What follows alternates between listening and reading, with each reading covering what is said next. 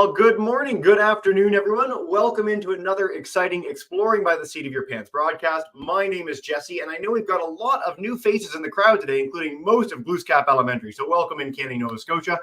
If you are new to us, we are all about bringing conservation, adventure, and science into classrooms around the world. And we do about 40 broadcasts every single month, all of which go to our YouTube channel. So you can check out programs 3 weeks down the road, 3 years down the road, anything you want to check out on everything from neuroscience to cave diving, astronauts, and more. It's all right there. Lots to explore and discover. Now, just a few weeks ago, we were in the midst of February, and February is our entire month dedicated solely to amazing women in science and exploration. And as part of that, we did this epic series in collaboration with If Then. If Then is like the greatest initiative showcasing women in STEM of all time. And our kickoff person for that was Dr. Becca Peixoto. She is an amazing archaeologist. She's one of our favorite people we've ever had on the program. And when she wrapped up her broadcast, she's like, "Have you talked to Dr. Aaron Taylor?" I was like, "No, I haven't. We got to bring him on." So she put me in touch with him. And here we are a few weeks later getting to highlight his life in dirt, one of my very favorite program titles of all time here. So I'm going to bring in Dr. Aaron. Aaron, thank you so much for joining us today, man. It's so nice to have you on. Oh, thank you. It's my pleasure. The only thing, I love talking about archaeology almost as much as I love doing it. So it's my absolute pleasure to be here. You are in the right place. We've got groups, as I said, from Ohio, Ontario, all over Nova Scotia and beyond. We've got some virtual classes, a whole bunch of folks already joining us on YouTube. So we're going to dive in a minute with your presentation. I'll play it on my end. So Aaron's going to have to tell me next slide when we're going along. But what I'm most excited for is all your questions, both live, YouTube, email, whatever, anything you want to know about archaeology. Today is your day. So Aaron, without further ado, I'm going to bring this up and put myself in the background and we can get started. Awesome.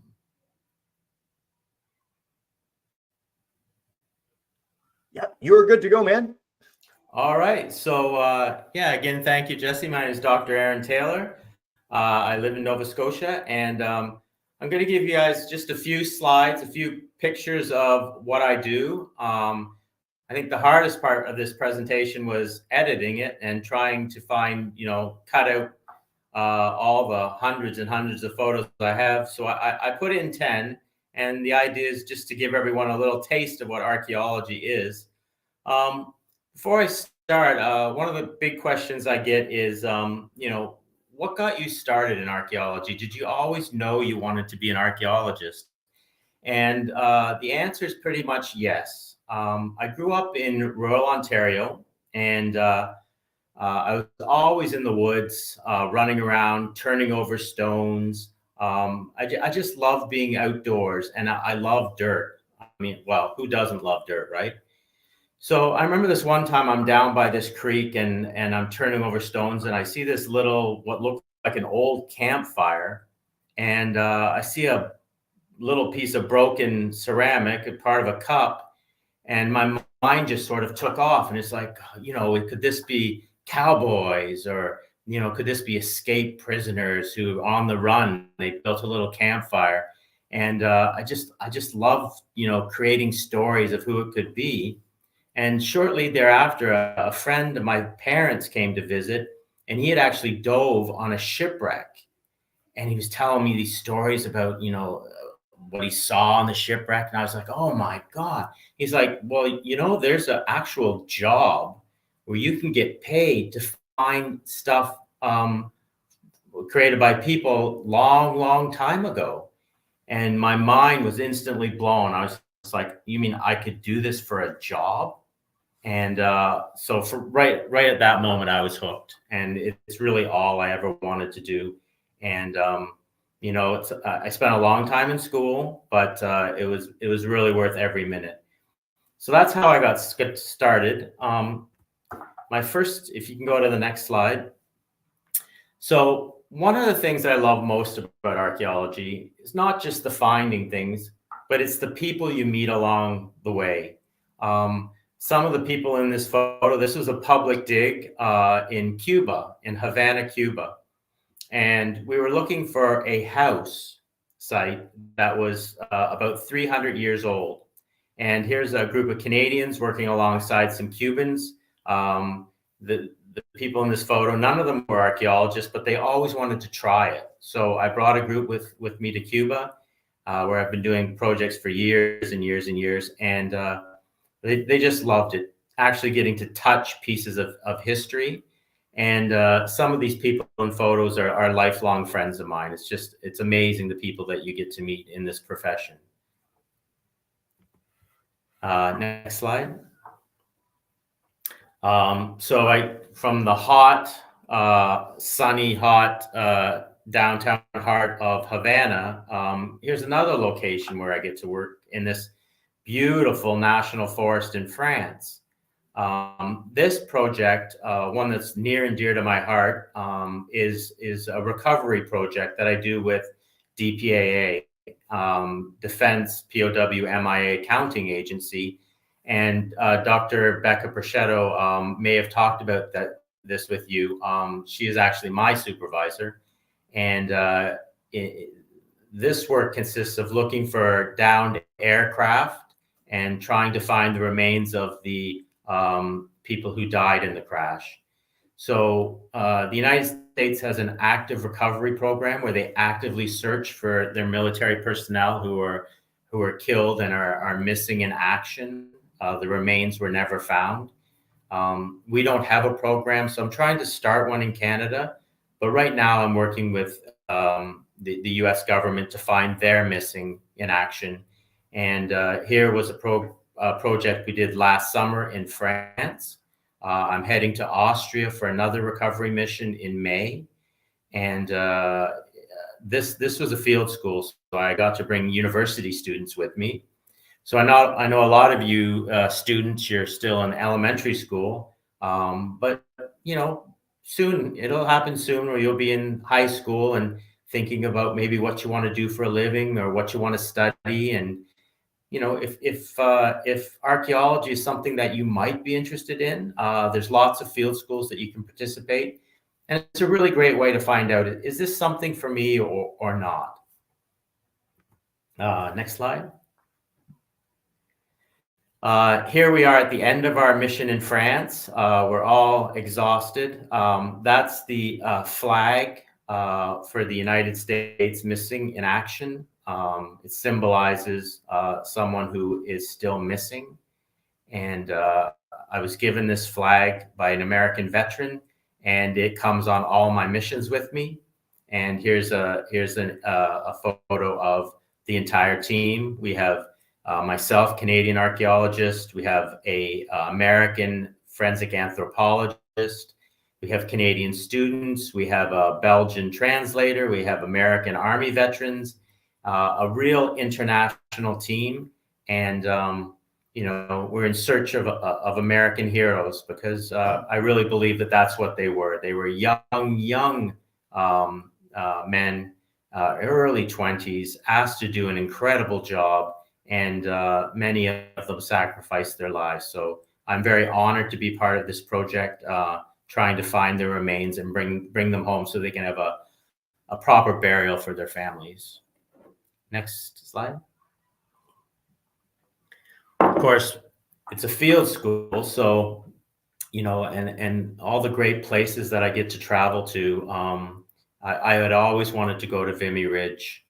This was the second time that I had the fortune of going, and I was able to take the students there. Now, Vimy Ridge was a very significant battle in World War I, where this ridge had been for years. The British tried to take it, and they failed over and over. The Canadians tried to take it, and they failed many times, but they kept at it and they kept at it. And they finally were able to take the ridge, and at a huge cost. Many of the Canadians who were killed taking this ridge, their bodies were never recovered.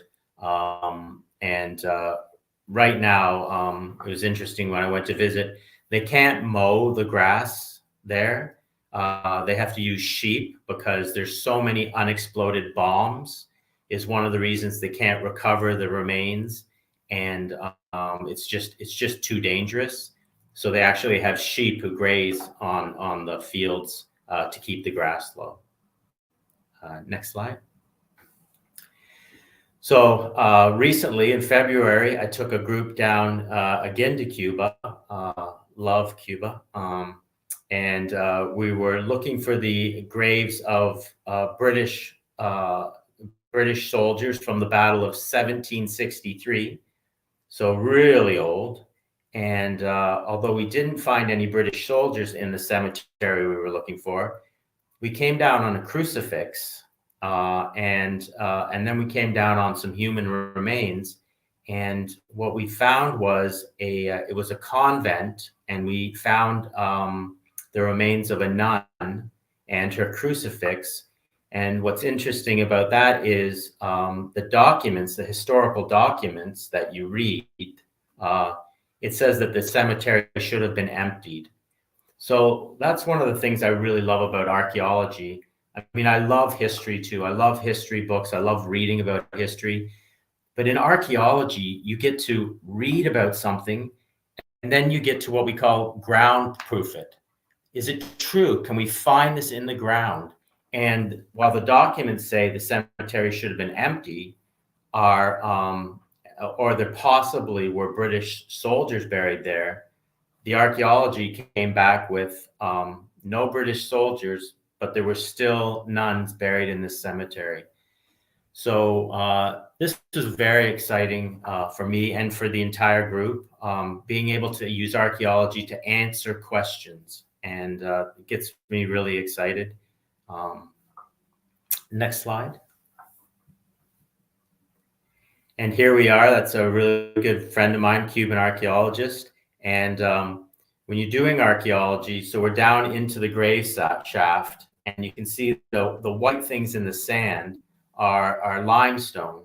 And so lime, we knew that when we found lime, it was indicative of a burial.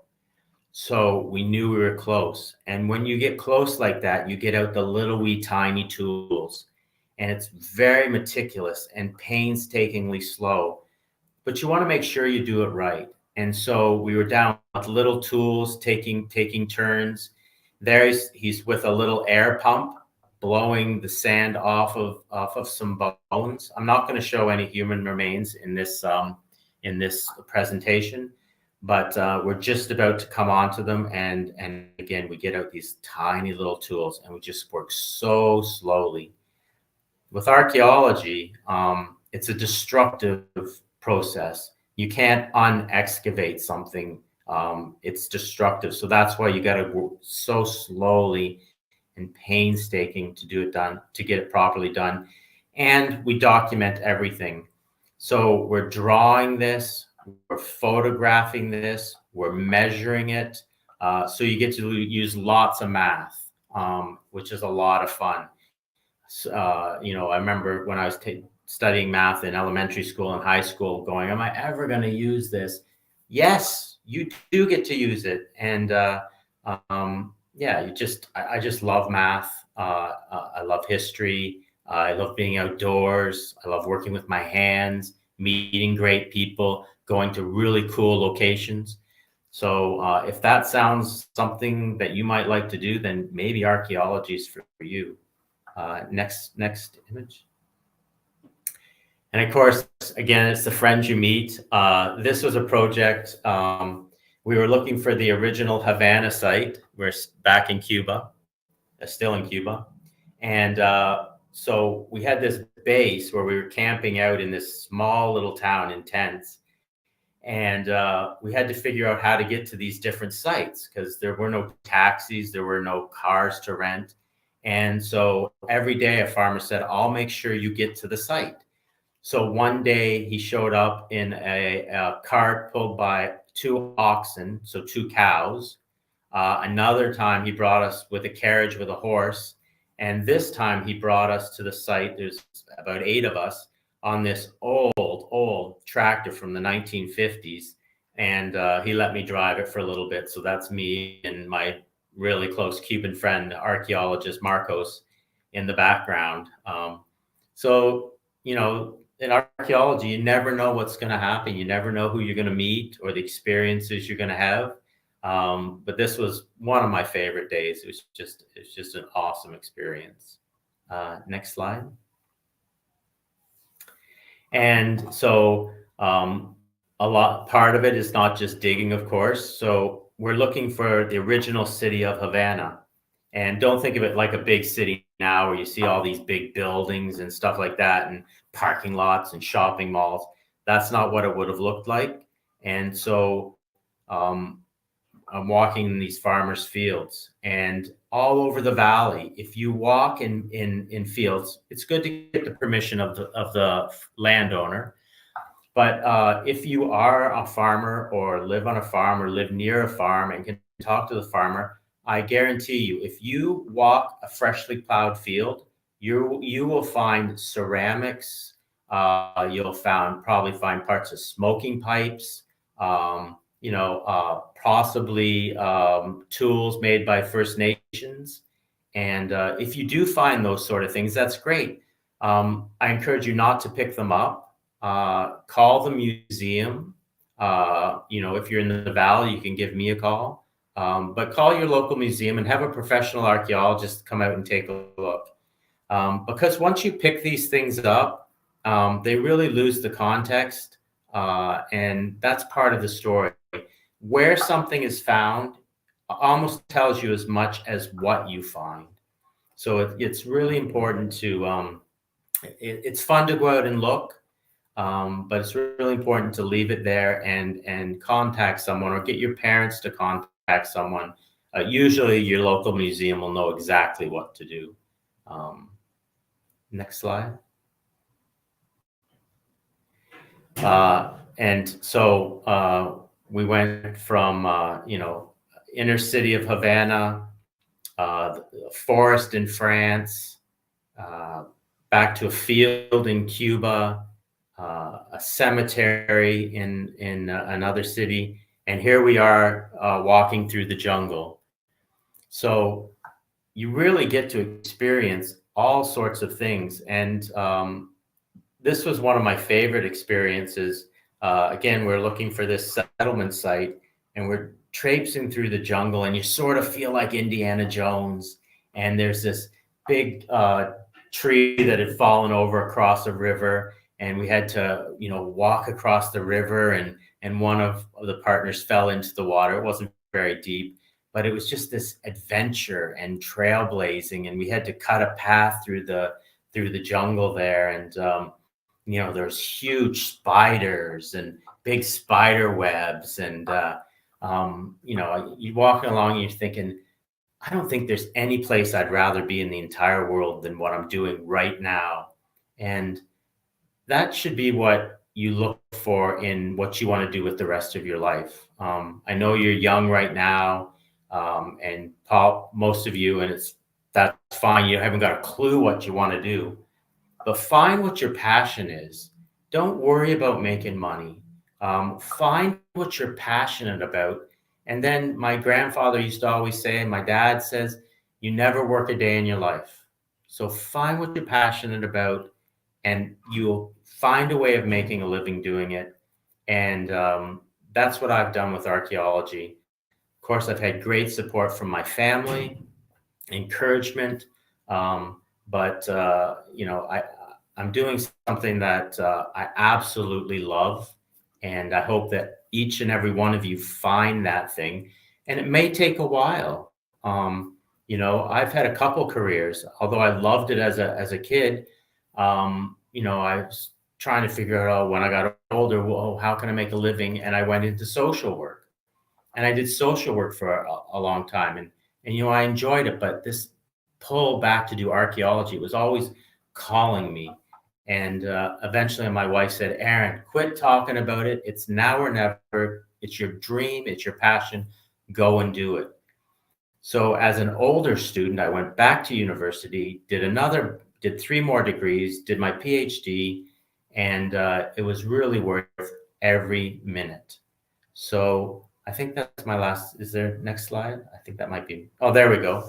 And what often happens in archaeology is there's just another neat little artifact that we found. The indigenous population of Cuba are called the Taino, and this is one of their points or arrowheads, most referred to. And while we were looking for this settlement site, we came across a First Nation site, and it's just a beautifully made arrowhead that would go on the end of probably a long pole. But I think my time is up. I think Oh no, you're good. Keep talking. I just popped on. I was excited. No, I think that's my last slide. But when you go out into archaeology, that's the thing that I love is with every scrape of your travel, you never know what you're going to find. You find things that you don't expect, and so every day is exciting.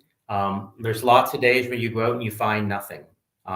That's just part of it. But every now and then you get a holy cow moment, and it makes all the sore back from lifting buckets. It makes it all worth it. And yeah, like I said, I just absolutely love it. We can certainly tell that. It's such a cool profession within science. And I mean, there's a few scientific disciplines like this, but where you're literally uncovering something that no one has seen or witnessed for hundreds, if not thousands of years. And that is such a profound experience. Like, I hope our kids get the chance in your life to find something, whether it is an arrowhead, whether it's diving in a shipwreck like Aaron talked about to start off. I mean, those sorts of things are just magical experiences. They change your life. And in your case, led you onto this career path to end up here where you're sharing all your exciting adventures with us. So thank you so much for all of this, man. And we'll dive in with questions. We've got our group at Glooscap. We're going to head to you guys in a minute. YouTubers, please feel free to chime in. We had a few via email first to let our other classes percolate. So one of them was, you mentioned that lime means burial when you were with your Cuban colleagues. Why is that? What's going on? So there's a few reasons for that. One is preservation. You got to remember you're in the hot Cuban heat, and bodies would smell quite badly when they decomposed. So they would throw lime on top of it. Was the main reason. So we knew that, and we knew from reading the documents that they discussed, they put the body in and then threw lime on top of it. So we knew from the documentary evidence that if we find this in the archaeology, that we're in the right spot and that we should anticipate. Well, you mentioned this idea of like ground testing or ground proving something. Like, you have this idea of something from whether it's documents or increasingly satellite imagery. We've had archaeologists on talk about that. And then you get to go and actually unveil this, which is so exciting. So thank you for that answer.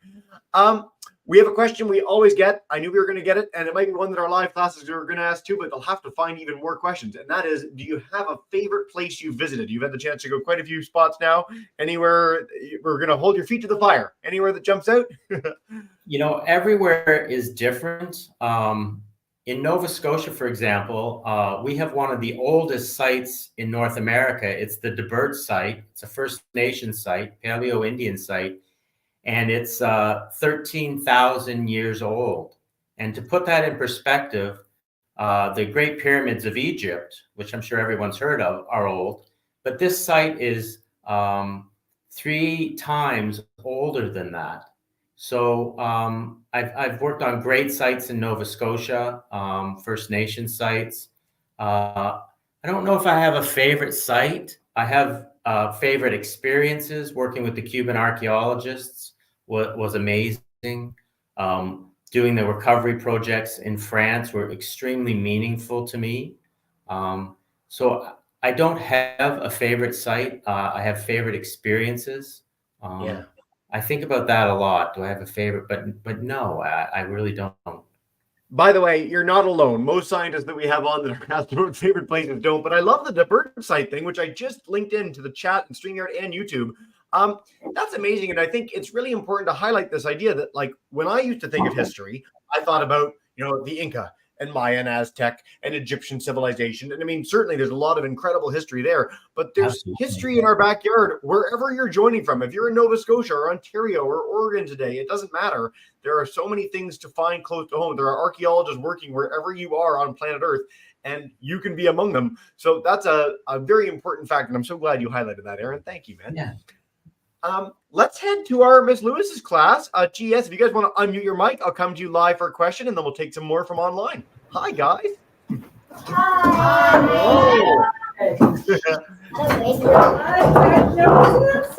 All right, come on up. Any questions for Aaron? Hey. What do we think? Yell it out. Yeah, yell it out or come to the camera, whatever works best. Do you want to go up and ask her? Okay. Does somebody want to ask her? Okay. Yeah, go ahead. Yes, go up there, Haley. Hi. Hello. Have you have you ever dug up a sword or a weapon? Ooh.